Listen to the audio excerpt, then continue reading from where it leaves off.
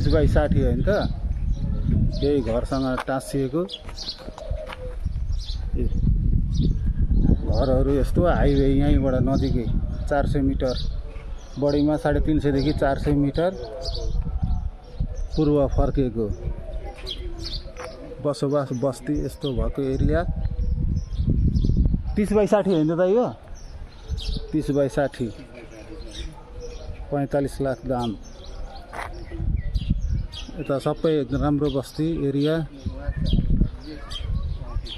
यता main highway Mahendra राजमार्गबाट आउने बाटो, पिच बाटोमा